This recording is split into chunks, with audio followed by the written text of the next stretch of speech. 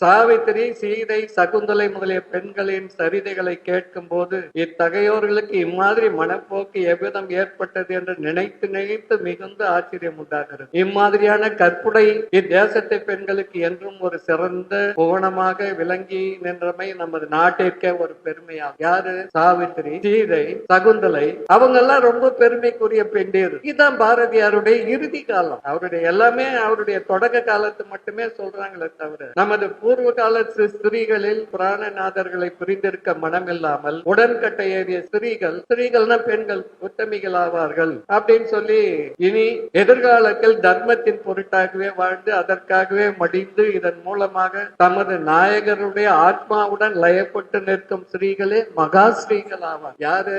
உடன்கட்டை ஏறி கணவனோட சிறையில போய் எரிஞ்சு தீயா போறவ அவனுடைய கணவனுடைய ஆத்மாவோடு போய் லயப்பட்டு போறாள்லாம் அவங்கதான் உயர்ந்த பெண்களா. இது பாரதியார் பின்னாடி காலத்து கிழட்டு பூ.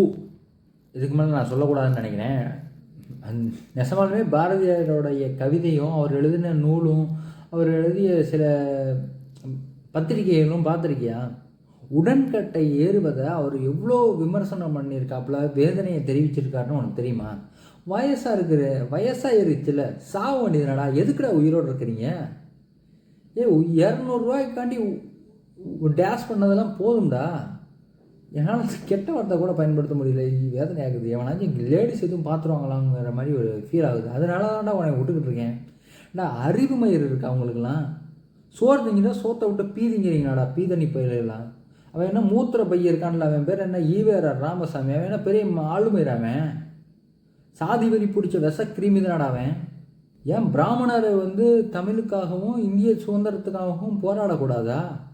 எவன்லாம் பிடிக்கலையோ அத்தனை பேரையும் விமர்சனம் பண்ணுறது. அவன் தமிழுக்கு ஒரு தொண்டு செஞ்சுருந்தான்னா என்ன பண்ணியிருந்தான்னு நமக்கு விமர்சனம் பண்ணணும், அவ்வளோதானே? அப்போ ஈவேரா ராமசாமி நான் அடுத்தடுத்த வீடியோக்குள்ளே கிழிச்சு விட்றேன், வேணா பார்க்குறியா? இவன் ஒரு ஆளு மயிருன்ட்டு இவனுக்கு சில மயிர் வேறு பொழுதுனைக்கு வச்சுக்கிட்டு இருக்காங்க. பஸ் ஸ்டாண்டுக்கு பேர் வைப்பானுங்க ஈவேரா ராமசாமி மயிர் சாமின்னு. ஆளு டேசப்பரு ஒத்தப்படா.